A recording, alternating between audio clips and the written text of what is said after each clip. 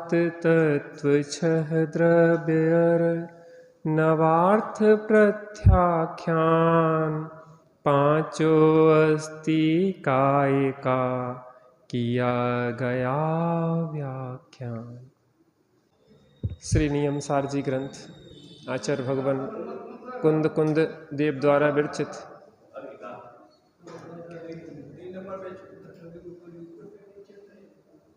टीका पद्म प्रमलधारी देव। चर्चा चल रही है। श्लोक क्रमांक 7, पेज नंबर है इसमें 3। श्लोक क्रमांक 7। सूत्रकार ने पहले 5 अस्तिकाय, 6 द्रव्य, 7 तत्व, 9 पदार्थ तथा प्रत्याख्यानादि सत्क्रिया का कथन किया है। अर्थात भगवान कुंद कुंद आचार्य देव ने इस शास्त्र में प्रथम 5 अस्तिकाय आदि और पश्चात प्रत्याख्यानादि सत्क्रिया का कथन किया है।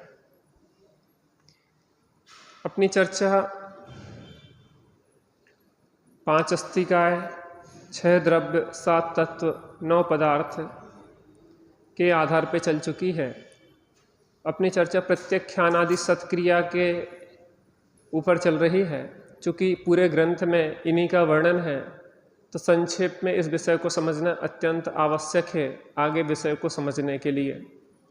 इस विषय में स्वामी जी का जो मंतव्य है, मैं अनुशीलन से देख रहा हूँ, आपके ग्रंथ में नहीं है, तो आप उसमें ध्यान से सुनिए, वह समझने लायक है।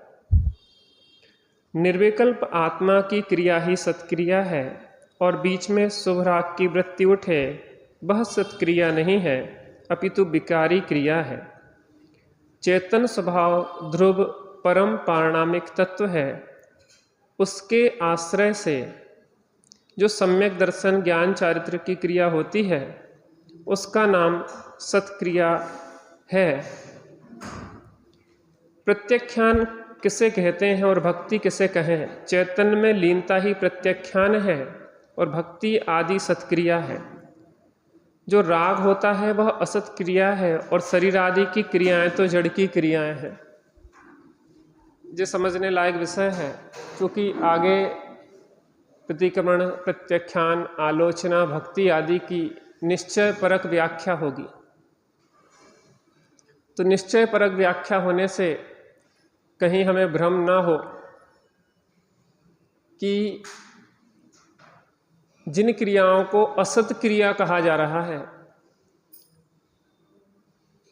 उसका क्या प्रयोजन है, उसको किस अपेक्षा से असत क्रिया कहा जा रहा है, वो अगर हमारी ज्ञान में वह दृष्टिकोण हो तो हम इस विषय को और अच्छी तरह समझ पाएंगे और अपन उस क्रम को समझ पाएंगे जिस माध्यम से वह ध्यान रूप प्रतिक्रमण, प्रत्याख्यान, आलोचना और भक्ति होती है।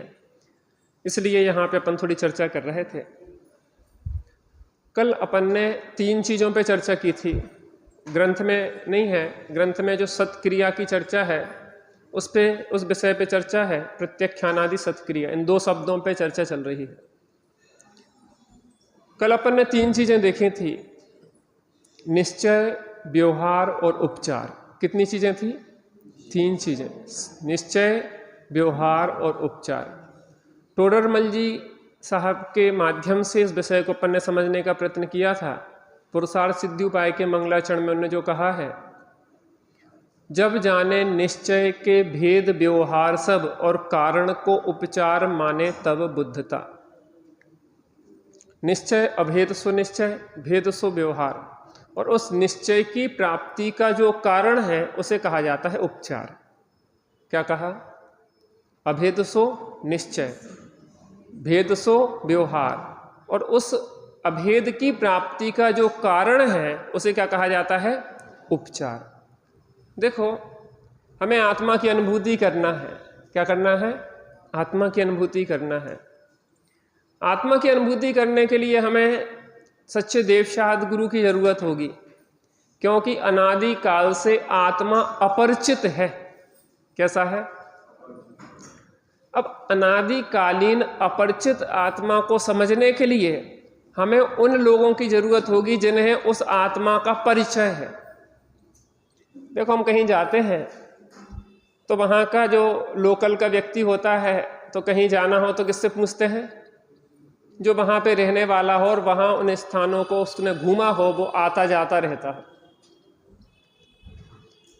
तो हम चूंकि आज तक स्वरूप में गए नहीं, अज्ञानी की तरफ से कहें आज तक स्वरूप में गए नहीं, और आज तक स्वरूप में नहीं गए तो हम कैसे जाएं? हमें तो मार्ग ही नहीं पता है। तो जो स्वरूप में आते जाते रहते हैं या जो स्वरूप में स्थिर ही है, उनसे पूछेंगे मार्ग। तो हम भगवान के पास गए, देवशाद गुरु के पास गए कि भगवान हमें कल्याण करना है।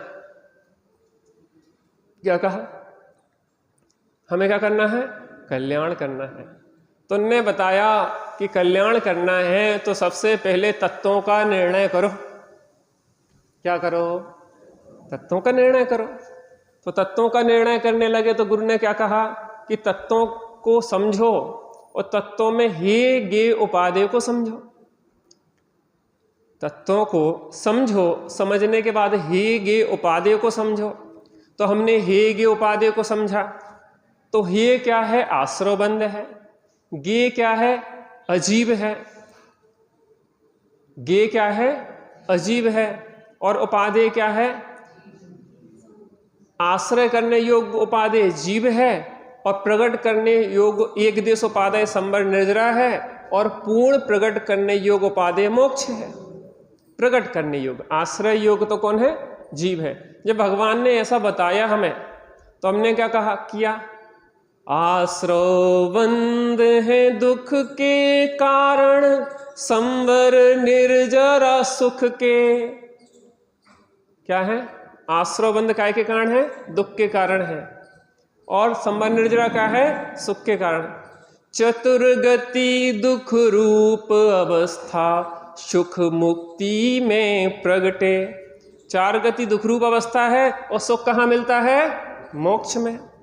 तो आश्रवबंध दुख के कारण है तो छोड़े, संवर निर्जरा सुख के कारण है तो उन्हें अंगीकार किया, और मोक्ष रूप परम दशा को प्राप्त करेंगे उस माध्यम से।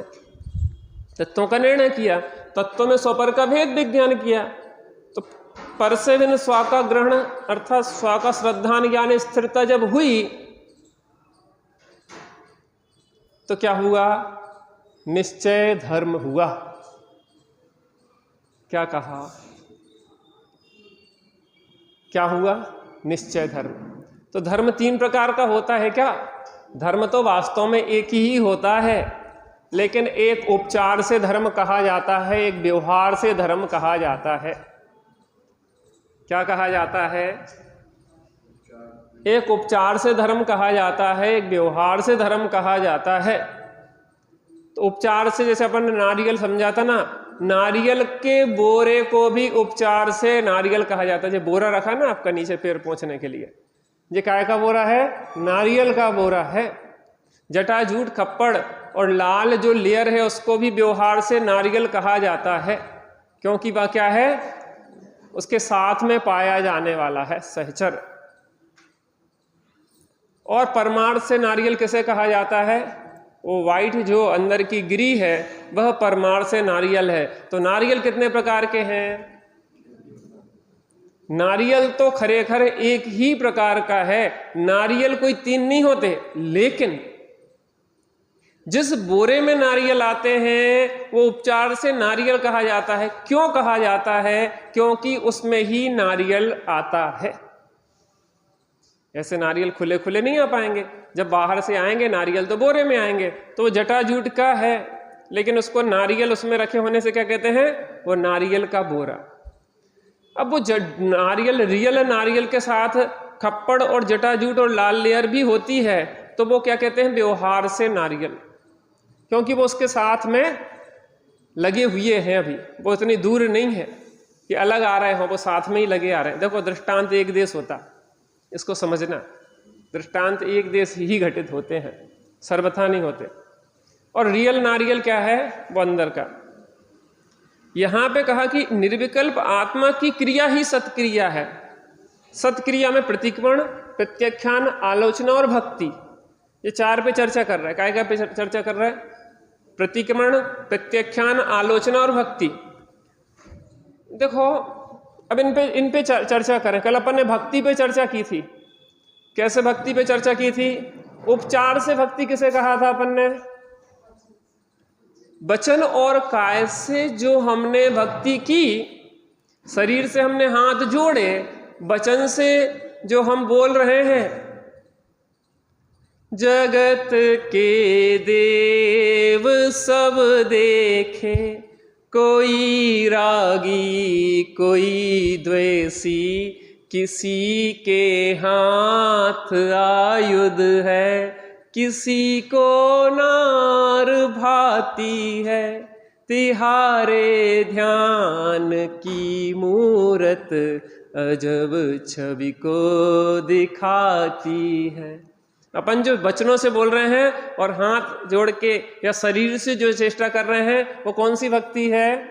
उपचार भक्ति है।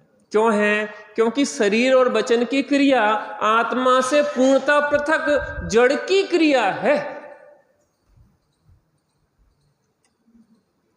अब मन में जो भक्ति के भाव उमड़ रहे हैं, धन्य जिनेश्वर देव तुम नासे कर्म जुगाट, ऐसे भक्ति के जो भाव उमड़ रहे हैं, वो शुभ राग है, वो वास्तव में आश्रव बंध रूप है, वो वास्तव में संसार का कारण है। लेकिन उसके बाद भी वो आए बिना रहता नहीं है। उस राग में ही निर्णय होता है। निर्णय क्या में होता है? रागते भई जो भक्ति, तो भक्ति जो है व्यवहार भक्ति, वो किस रूप होती है? राग रूप होती है। लेकिन राग रूप भक्ति होते हुए भी उस भक्ति में वीतरागता ही इष्ट है, ऐसी श्रद्धा होती है। उस भक्ति को करते हुए भी यह भाव होता है, गायक महिमा करते करते बस गायक मैं जीवन होवे, निज गायक में ही रम जाऊं, सुनने का भाव विलय होवे। पता सच्चा स्वाध्याय किस दिन होगा हमारा? किस दिन होगा? गायक महिमा सुनते सुनते निज गायक में जीवन होवे। जीवन ही गायक में हो जाए, गायक की महिमा सुनते सुनते, और निज गायक में ही रम जाऊं और सुनने का भाव विलय होवे। जिनवाणी का अपमान नहीं हो जाएगा? जिनवाणी सुनने आए थे ना, तो जिनवाणी को सुनना बंद कर दिया और आप अपने स्वरूप में चले गए, तो जिनवाणी का अपमान हुआ कि नहीं हुआ? सर्वोत्कृष्ट सम्मान जिनवाणी का यही है कि निज गायक में ही रम जाऊं, सुनने का भाव विलय होवे। जिनवाणी माता यही कह रही है कि तुम्हें सुखी होना है तो हमें सुनने मात्र से नहीं होंगे, हमें सुनना प्रारंभिक भूमिका में पड़ेगा, लेकिन हमें सुनते रहने मात्र से ही सुखी नहीं होंगे। उसके माध्यम से सुन के समझ के समाना होगा, तब हम सुखी होंगे। तो यहाँ सत्क्रिया उसे कहा कि जो स्वरूप में स्थिरता है वो सत्क्रिया है, और स्वरूप स्थिरता को छोड़ के बाकी जितनी क्रियाएं हैं वह सब असत क्रियाएं हैं। स्वरूप में स्थिरता ही सच्ची भक्ति है। और राग रूप जो भक्ति चल रही है या शरीर की क्रिया रूप भक्ति है, वह असत क्रिया है। एक स्वरूप स्थिरता रूप भक्ति ही वह सच्ची भक्ति है, निश्चय भक्ति है, परमार्थ भक्ति है। लेकिन भाई साहब, नारियल चाहिए है तो आपको बोरे का भी संग्रह करना पड़ेगा। बिना बोरे के नारियल नहीं आएगा। नारियल चाहिए तो जटाजूट, खप्पड़ और लाल लेयर का भी संग्रह करना पड़ेगा, क्योंकि रियल नारियल को प्राप्त करने के लिए इन सब के संग्रह की आवश्यकता होती है। केला खाया आप लोगों ने? केला कैसा होता? केला किस रंग का होता? बाहर से पीला। जो बाहर से पीला वो केला है? किसने खाया अभी तक बाहर से पीले वाले केला? एक काम करना, बाहर से पीले वाले केले आप रख लेना और सफेद सफेद हमें दे देना आप, क्योंकि बाहर से पीले वाले केला खाते हैं। लेकिन भाई साहब, केला जिस पॉलीथीन में आता है वो पॉलीथीन उठा के लाना, केले की पॉलीथीन लाओ। तो पॉलीथीन में हमने बहुत ढूंढा लेकिन कहीं केला नहीं मिला, गंध भी नहीं मिली केले की। केला तो दूर की बात, ठीक है ना। अब केले का छिलका, छिलके में भी बहुत खोजा हमने केले को, लेकिन छिलका खाया तो कड़वा कड़वा लगा, मीठा तो लगा नहीं है। क्यों भाई साहब, ये केला है क्या? अब फिर अंदर पहुंचे, वो जो सफेद था दल, अब खाया तो मजा आया। मुझे कह रहा है कि वो पॉलीथीन को भी केले की कह रहे हैं, वो छिलके को भी केला कह रहे हैं, लेकिन केला है क्या खरेखर? निश्चय केला, यथार्थ केला, परमार्थ केला क्या है? लेकिन भाई साहब, उस पॉलीथीन की भी उपयोगिता है, उस छिलके की भी उपयोगिता है। सीधा सीधा केला घर लाओगे ना तो खाने लायक नहीं होगा, वो पेस्ट बन जाएगा उसका और बदबू मारने लग जाएगा। ले आके देखना, 6 केले दो और हमें छिलके से क्या करना, तो छिलका अपने पास रखो, केले का गूदा दो, तो घर आते आते क्या होगा, उसका हलवा हो जाएगा, फिर वो बदबू मारेगा, वो खाने लायक नहीं रहेगा। कहाँ किसकी कितनी उपयोगिता है, इस बात को हमें बराबर समझना चाहिए। भक्ति पे चर्चा हो गई, प्रतिक्रमण, प्रत्याख्यान, आलोचना, इन 3 पे 4 का एक कॉम्बिनेशन है। इसको ऐसा समझे, स्वरूप स्थिरता सामयिक जो करते ना, सामयिक के 6 कर्म होते। कितने कर्म होते? कोई बताएगा 6 कर्म कौन कौन से होते हैं सामयिक के?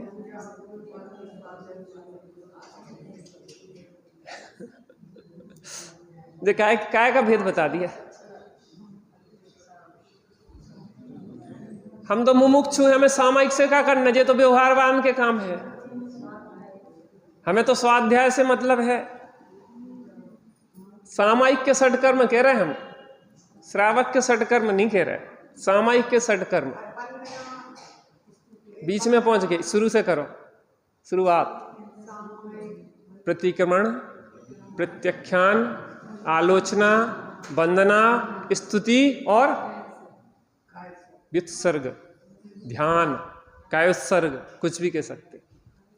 पता, आचार्य देव ने बहुत प्रैक्टिकली इन चीजों को रखा है। स्वरूप स्थिरता ऐसे नहीं होती है।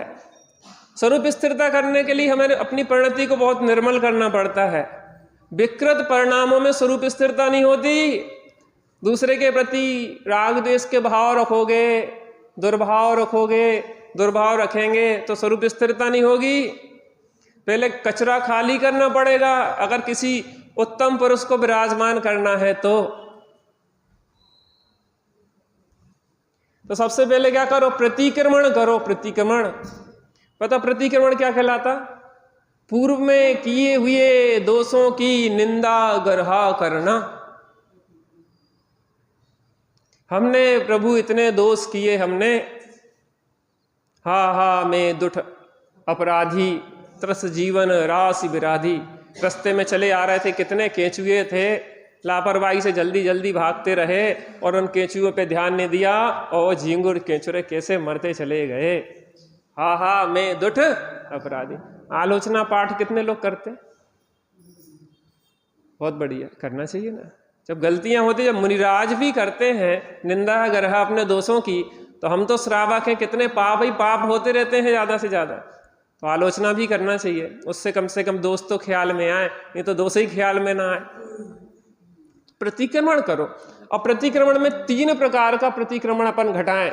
कोई घटा के बताएगा? उपचार से प्रतिक्रमण, व्यवहार से प्रतिक्रमण और निश्चय से प्रतिक्रमण। कौन घटाएगा? उपचार। पहले उपचार की चर्चा करो। उपचार से प्रतिक्रमण क्या कहलाएगा? शरीर से क्या होगा प्रतिक्रमण में? काय में क्या क्रिया होगी? हाँ, हाथ जोड़ेंगे, गुरु के समक्ष जाएंगे, हाथ जोड़ेंगे, आंखों में आंसू होंगे। प्रभु हम बहुत दुष्ट हैं, बहुत अपराधी हैं, हमसे इतने पाप हुए हैं कि हम कहने में असमर्थ हैं। हे प्रभु छू कहूं दीनानाथ दयाल, मैं तो दुष्ट महान हूं, तुम तारणहार। जिस श्रीमद जी ने इस टाइप की एक स्तुति लिखी भगवान की, तुम दीन दयाल हो और मैं दुष्ट पापी हूं, ऐसी मैं प्रभु क्या कहूं। दीनानाथ दयाल, दीनों के नाथ हो, दयालु हो, और मैं दुष्ट अपराधी हूं। श्रीमद राजचंद जी ने, जिनकी परिणति ऐसी निर्मल होती थी कि मुझे याद करना पड़ता कि शरीर भी मेरे साथ है, जो कहते थे कि मैं बहुत जल्दी मोक्ष जाने वाला हूं, ऐसी परिणति जिनकी झूमती थी, वो भी ऐसा कह रहे हैं कि मैं दुष्ट हूं, मैं पापी हूं। शरीर से हाथ जोड़े। पता, शेर को जब उद्बोधन मिला ना, तो सबसे पहले प्रतिक्रमण किया, आलोचना की, प्रत्याख्यान किया, आंखों में आंसू आ गए उसके, हाथ जोड़ के खड़ा हो गया, प्रभु मैं दुष्ट हूं, पापी हूं। शब्दों में नहीं कह रहा था, लेकिन अंदर में भाव में, देखो कितने जीवों का घात किया मैंने, कितने जीवों को सताया है। दूसरों को क्या कहूं, मैंने अपने जीव को सताया है। जो अपने जीव को नहीं सताएगा वो दूसरे जीवों को कैसे सता सकता है? क्योंकि सबसे पहले अपने जीव को सताया जाता है, फिर दूसरे जीवों को सताया जाता है। पहले स्वभाव हिंसा होती है, फिर अन्य 3 हिंसाएं घटित होती है। स्वभाव हिंसा, स्वद्रव्य हिंसा, परभाव हिंसा और परद्रव्य हिंसा। तो इन सब में पहले स्वभाव हिंसा होती है। अपने स्वभाव का घात किए बिना अन्य 3 हिंसा घटित ही हो सकती नहीं है। मैंने अपने जीव को भी सताया। तो हाथ जोड़े, आंखों से आंसू है, विनय की मुद्रा में है, वचनों से कह रहा है कि प्रभु मैं दुष्ट हूँ, मैं पापी हूँ, मैंने बहुत पाप किए हैं, मैं परिग्रह प्रपंच में पड़ा हुआ हूँ, हिंसा, झूठ, चोरी, कुशील परिग्रह में लगा हुआ हूँ। हे प्रभु मुझे तारो, मैं संसार सागर में डूबा जा रहा हूँ, मुझे पार उतारो। ये कौन सी हो गई, कौन सा प्रतिक्रमण हो गया? उपचार से अपने दोषों को बता रहा है। भूतकाल में जो पाप किए हैं वो समस्त पापों का वर्णन किया जा रहा है। वो हम करते कि नहीं करते? हम पाप ही नहीं करते, हम कहाँ करें? मुनिराज कर रहे हैं। जब महामुनिराज सटकाए जीवना हनंते सब विधि दरव हिंसा टरी, रागादि भाव निवारते हिंसा ना भावित अवतरी। वे मुनिराज कर रहे हैं 3-3 टाइम, एक इंद्रिय जीवों से क्षमा मांग रहे हैं। और हम इतने बड़े हो गए कि हमारे जीवन में निंदा गरहाई नहीं चलती रहती। कैसे उत्थान होगा हमारे जीवन में? अभी उपचार प्रतिक्रमण नहीं आ पा रहा है। हाथ जोड़ने में इतना वो लगता है, किसी के सामने ऐसा लगता है कि हम बहुत, मुनिराज को नहीं लगती। एक इंद्रिय जीव से क्षमा मांग रहे हैं, हम पंचेंद्रिय जीव से क्षमा नहीं मांग पाते। घर में अगर कोई बात हो जाए ना, तो हम हाथ जोड़ के क्षमा नहीं मांग पाते। पता, अलग होना तो हमें पसंद आ जाता है, हमें पग पग पे दुनिया की टोक तो सहन करना समझ में आता है, लेकिन बड़ों की टोक समझ में नहीं आती। हम तो सुन ही नहीं सकते, हमने कोई की नहीं सुनी। वो ऑफिस में जाके सर्विस करेंगे तो कितनों की सुनना पड़ेगी आपको? जगह जगह सुनना पड़ेगी। 2 बड़े लोगों की, बुजुर्गों की नहीं सुन पा रहे। आप लोग ऐसा नहीं करते, लेकिन आप लोगों के अपने भी ना करें ऐसा। अपनों की अगर नहीं सुन पाएंगे तो जीवन में कभी उत्थान नहीं होगा भैया। ये हमारे जीवन को परिमार्जित करता है। उपचार क्या? प्रतिक्रमण, व्यवहार से प्रतिक्रमण। अंदर में भाव, अंदर में निंदा गरहा का भाव, प्रभु मेरे से बहुत पाप हो रहा है। वास्तव में झूठी झूठी नहीं, लगना चाहिए, वो फीलिंग होना चाहिए। अगर किसी जी पे पैर पड़ जाए तो ऐसी फीलिंग हो, सह अनुभूति, जैसी उसको पैर पड़ने पे एक तकलीफ हुई, वैसी तकलीफ अंदर उठ जाए, रोम रोम एकदम खड़ा हो जाए। अरे बेचारे जीव को कैसी पीड़ा हो गई, कैसे दूर करें इसकी पीड़ा हम? ये कौन सा प्रतिक्रमण है? व्यवहार। और निश्चय प्रतिक्रमण, पता ये दोष क्यों लगे? वचन काय और मन की चेष्टाएं क्यों चल रही? क्योंकि हम अपने स्वरूप में नहीं है।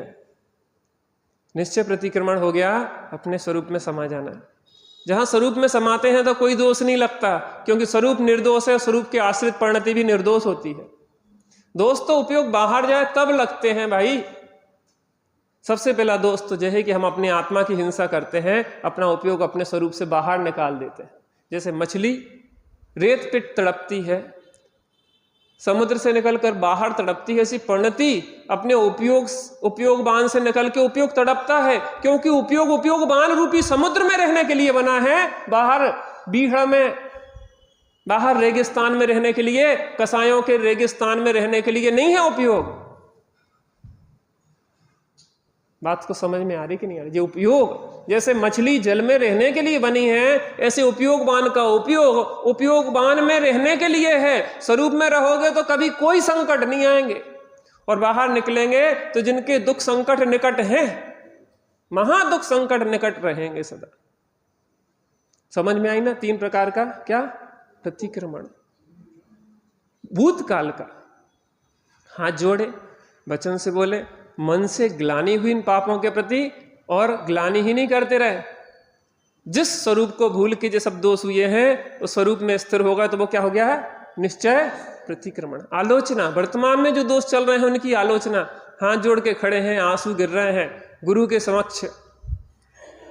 ये कौन सी आलोचना हो गई? उपचार आलोचना। व्यवहार आलोचना क्या कहेगी?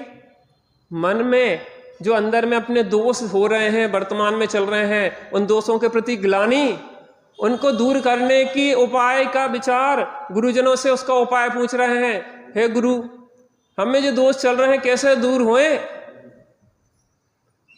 देखो, हमारा तो महाभाग्य है कि हमारे सिर माथे गुरु हैं। सदासुखदास जी ने शायद रत्कर्ण श्रावकाचार्य जी की टीका में लिखा है, धन्य है वे जीव जिनके सिर माथे गुरु हैं। वो भ्रष्ट नहीं हो सकते, वो पतित नहीं हो सकते, वो डूब नहीं सकते। उंगली पकड़ सिखाते चलना ज्ञानी गुरु निर्ग्रंथ। धन्य है वे जीव जो निर्ग्रंथ गुरुओं का समागम है। लेकिन हमें भी ऐसे ज्ञानी गुरु मिले हैं कि हमारा जीवन भी वास्तव में धन्य है। 3 चीज। दूसरे में क्या होगा? मन में उस ग्लानि, जो वर्तमान में दोष चल रहे हैं, और पता वर्तमान में उपयोग बाहर है, यही तो सबसे बड़ा दोष है। अरे उपयोग उपयोगवान में रहे तो निर्दोष हूं, और ऐसा विचार करके उपयोग अपने में गया तो क्या हो गया? निश्चय आलोचना। आलोचना काय की होती है? वर्तमान की। प्रतिक्रमण काय का होता है? भूतकाल का। अब प्रत्याख्यान। गुरु के चरणों में बैठा है, गुरु जी कैसे जो दोष दूर हों। भविष्य में ऐसे दोष नहीं करना चाहता, क्योंकि जहां दोष है वहां दुख है। दुख का कारण बुरा कार्य ही पाप है। ऐसे पाप में जीवन में नहीं लाना चाहता। भविष्य में ऐसी भूल के भी कोई भूल हो ना, भविष्य में नहीं हो। ऐसे हाथ जोड़ के गुरु जी से, गुरु जी ने उपाय बताया, उस उपाय को अपने जीवन में विचार कर रहे हैं। और उस विचार करते हुए सबसे बड़ा उपाय तो यही है कि उपयोग उपयोगमान से निकले ही नहीं। तो सच्चा प्रत्याख्यान क्या हो गया? त्याग दोषों का, कि दोष उत्पन्न ही नहीं होंगे। कब नहीं होंगे? जब स्वरूप में परिणति रहेगी। वंदना और स्तुति। वंदना किसे कहते हैं? एक तीर्थंकर की, उसी को कहते हैं ना। स्तुति किसे कहते हैं? 24 तीर्थंकर की। पता, अब हमने दोषों का परिमार्जन तो कर लिया, निर्दोष स्वरूप को देख रहे हैं।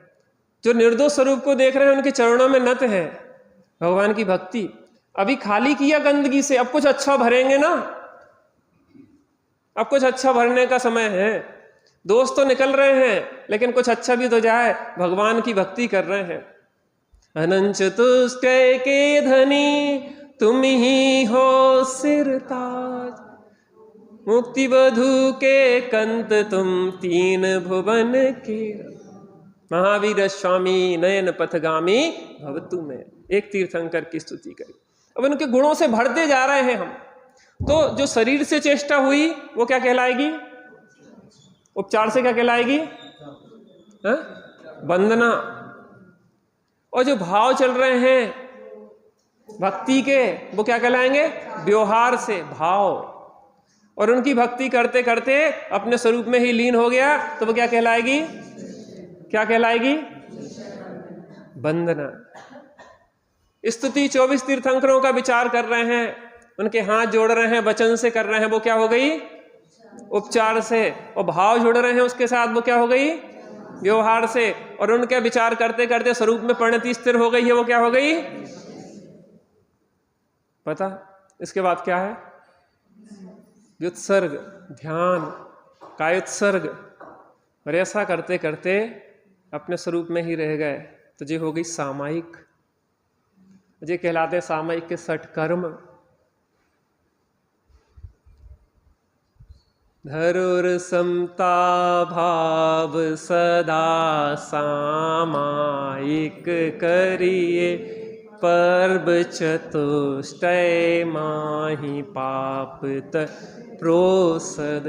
पर्व के दिन चल रहे हैं, प्रोसद धरो। प्रोसद क्या कहलाता है? अष्टमी का एकासन, सप्तमी का एकासन, नवमी का एकासन और अष्टमी का उपवास। ऐसा 48 घंटे का जो स्वरूप स्थिरता के लिए एक अपने जीवन में समय निकाला जाता है, घर गृहस्थी की झंझट से बच के। घर गृहस्थी में कोई छोड़ता नहीं है, लेकिन हमारा तो प्रोसोद्योपास है, तो हम तो मंदिर धर्मशाला आदि में रहेंगे, एकांत स्थान में रहेंगे, ना खाएंगे ना खिलाने का विकल्प होगा। खाते हैं तो खिलाने की सब व्यवस्थाएं होती हैं। हमारा तो उपवास है, एकांत में रहो, बड़ी धर्म ध्यान करो।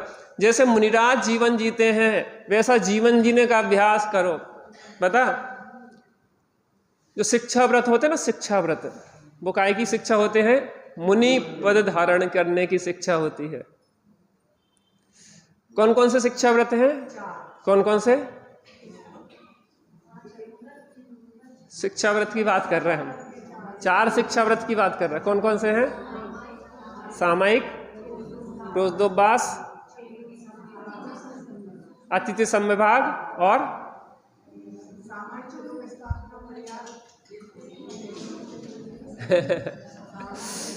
एक मिनट हम ही भूल गए आप लोगों के चक्कर। सामयिक, प्रोसोद्योपास, अरे रुक तो जाओ, भोगो भोग परिमाणवर, अतिथि समविभाग। माता आप कितों की कितों लगा देती हैं, इताएं चल रही हो बास हो, इताएं पहुंच जाती गाड़ी आपकी पूरब की पश्चिम। पहला कौन सा है? सामयिक। सामयिक समता भाव धारण की। सुबह दोपहर शाम 3 टाइम हम बैठे अपनी स्वरूप की आराधना के लिए। अब बढ़ाना है उसको, और बढ़ाना है। जैसे व्यापार बढ़ाते ना, ऐसी अपनी विशुद्धि को, अपनी अंतर्मुखता को और बढ़ाना। तो प्रोसोद्योपास, अष्टमी का अगर प्रोसोद्योपास करना है तो सप्तमी को एक आसन किया, 12 बजे तक फ्री हो गए हम, बस एकांत स्थान में चले गए। अष्टमी का उपवास और नवमी के 12 बजे तक वहीं पे बने रहे, 48 घंटे तक मस्त अपनी आराधना में लगे। पता, इन व्यवहारिक क्रियाओं को हम भूल गए हैं ना। असत क्रिया यहाँ इसलिए कहा गया ना कि स्वरूप एक सत है और स्वरूप में रहना ही सत क्रिया है। लेकिन भाई साहब, कहाँ किस अपेक्षा से? पता, उपचार, प्रतिक्रमण, प्रत्याख्यान, आलोचना को जिन जीवों को अपनी गलती ही नहीं दिखाई दे रही, जो गलती करते हैं और गलतियों पे दोंदते भी हैं, वो असत क्रिया है। कि हम वचन और काया से कम हाथ जोड़ के बैठे हैं, वो सत्क्रिया है। तो उस असत क्रिया की अपेक्षा जो सत्क्रिया है, उपचार जो क्रिया है प्रतिक्रमण प्रत्याख्यान आलोचना की, उस असत क्रिया, जो दुष्ट लोग हैं कि जो अपनी गलती स्वीकार ही नहीं कर रहे हैं, वो असत क्रिया, और इसको क्या कहेंगे? सत्क्रिया। फिर जब भक्ति के भाव आ रहे हैं तो वो सत्क्रिया, और वचन और सकाय की क्रिया को क्या कह देंगे? असत क्रिया। और जो भक्ति के भाव आ रहे हैं वास्तव में वो भी राग भाव है। तो राग भाव है तो संसार का ही कारण, यदि भी प्रशस्त है तो वो भी क्या हो गई? असत क्रिया। और स्वरूप स्थिरता हो गई सत्क्रिया। तो जहां जहां जे योग्य छे तहां समझबू ते, और तहां तहां ते आचरे, और आत्मार्थी जन। बहुत गहरी बातें हैं, बहुत विस्तार है। 4 दिन तो होगा इस कलश पे चर्चा होते हुए, श्लोक पे गहरे रहस्य हैं। देखते हैं 1 आध दिन में इस विषय को समेटेंगे, फिर मूल ग्रंथ प्रारंभ करेंगे। क्योंकि पूरी ग्रंथ की इंडेक्स है और पूरा ग्रंथ का इन 5 स्वाध्याय में पूरी चर्चा करने का अपन ने प्रयास किया कि इस ग्रंथ को समझना किस स्टेप से, किस स्टाइल से है। क्योंकि यहाँ तो निश्चय, प्रतिक्रमण, प्रत्याख्यान, आलोचना, भक्ति आदि की चर्चा चलेगी, तो वहां तो ये कहेंगे ध्यान में बैठ जाओ तो सब होगा। लेकिन भाई साहब मुनिराज तो बैठ गए, हमें तो पता ही नहीं है कि कैसे बैठने। हम बैठाते हैं तो हमें तो घर गृहस्थी, बीवी बच्चे दिखाई देते। तो हमें किस स्टेप पे चलना है अपन उसको क्रम से चर्चा करेंगे, पहले समझ लेंगे। चलिए, अभी समय होता है।